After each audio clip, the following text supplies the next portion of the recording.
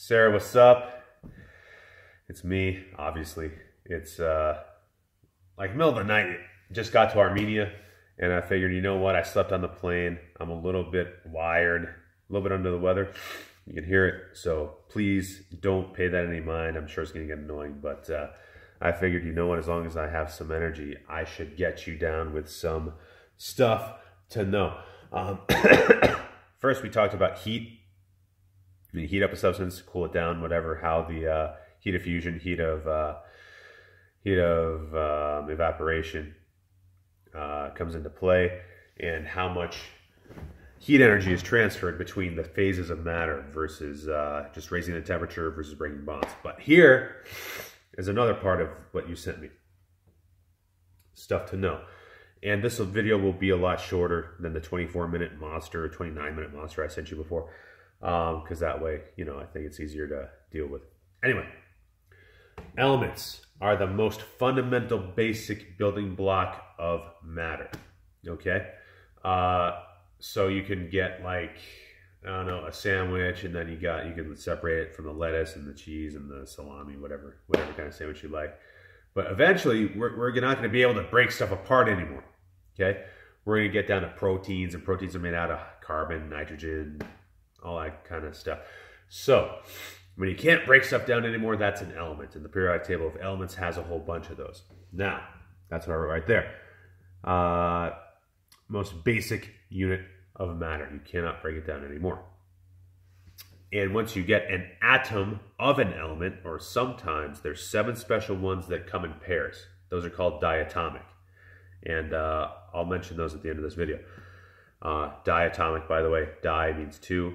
Atomic means atoms. So they come in a pair of atoms. That's how they exist in their elemental form. Hydrogen is one of them. Okay, hydrogen is H2. And if you split up the 2 hydrogens into one of each, you don't have hydrogen anymore. You just have a single hydrogen atom, but it's not elemental hydrogen. So if you haven't gotten too into that, don't worry about it yet. If you have gotten into that and that's confusing, just text me and let me know. All right. So once you get into single atoms, you can go a little bit deeper. Okay, the first of those subatomic particles in which you can go deeper with is called a proton, and you have neutrons and electrons. So protons are positively charged subatomic particles. Subatomic just means smaller than an atom, because inside an atom you got protons, neutrons, and electrons, which are all smaller than the atom itself. So then we got the symbol.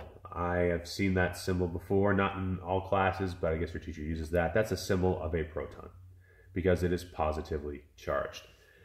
And it's got an elemental unit of charge. Okay?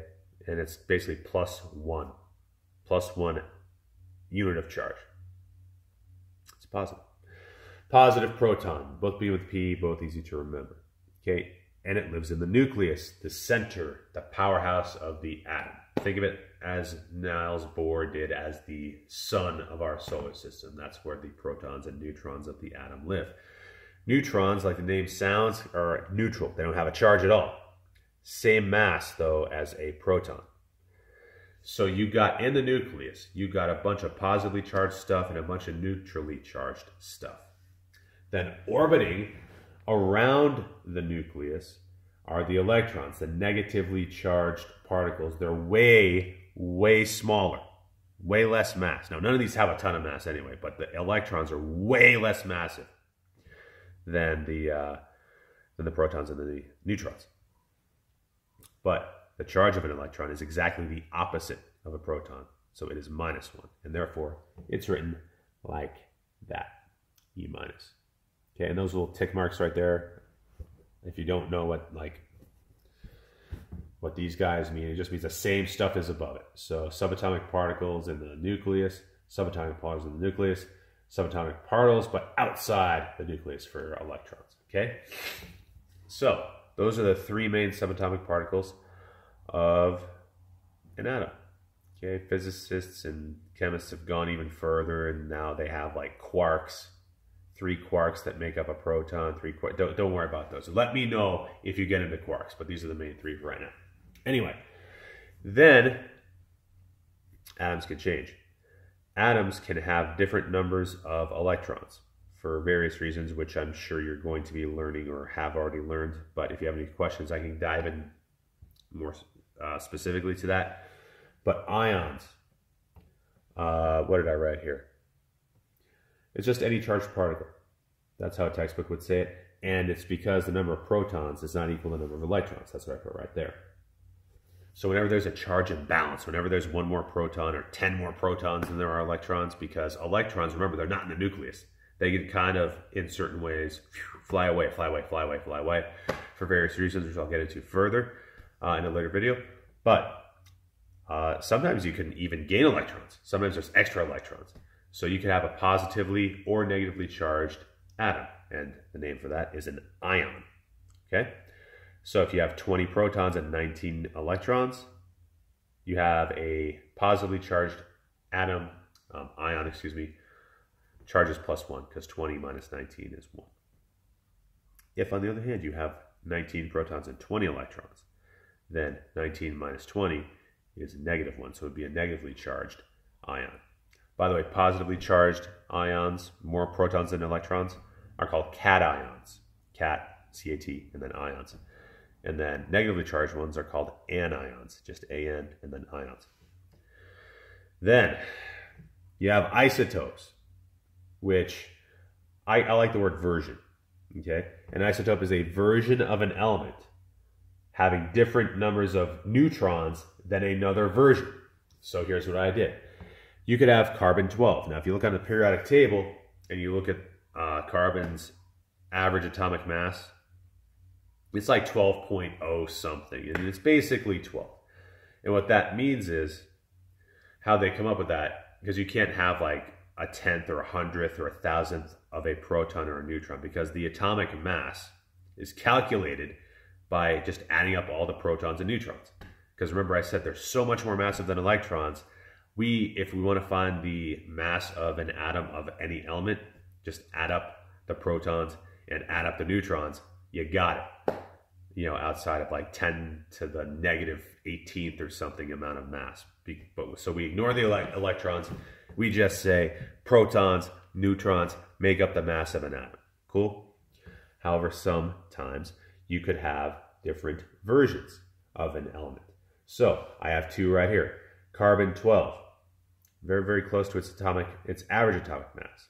Now, how that's calculated is they add up, they being chemists over the years, they have noticed that the most common version of carbon has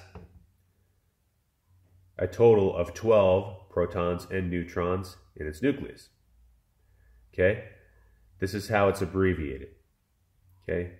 The total atomic mass, protons plus neutrons, is in the upper left, and just the number of protons, aka the atomic number, is in the lower left. So, if you know that the protons plus the neutrons is 12, and the protons is 6, I guess that means there are 6 neutrons also. Okay? I have 6p plus, I don't know if you can tell, the pen kind of was screwy, 6p plus and 6 n zeros. Okay? And because it is not an ion, the number of protons has to equal the number of electrons. So around the nucleus, you'll see 2 electrons in the first energy level. I'll get into that more later as well. But remember, the first energy level can only have 2 electrons in it. That's its max. The second one outside the nucleus can have up to 8. But being that carbon only has 6 electrons under normal circumstances when it's not an ion, the other 4 go in that second energy level. Okay? Now compare that with the carbon-14 isotope, or the carbon-14 version of carbon. Okay? We got C14-6. Now it's still carbon, because that number is still 6. Whenever the bottom left number, the number of protons, changes, that changes what kind of element it is. If I call this a 7, instead of a 6, that would now be nitrogen, because nitrogen has an atomic number of protons, of 7. So keep that in mind. That's a good one. Replay this part if you need to hear that again. So I know there's 14 total protons and neutrons in the nucleus. 6 of them are protons. That means there are 8 neutrons. That's why you see an 8 there on the guy on the right. And same number of electrons.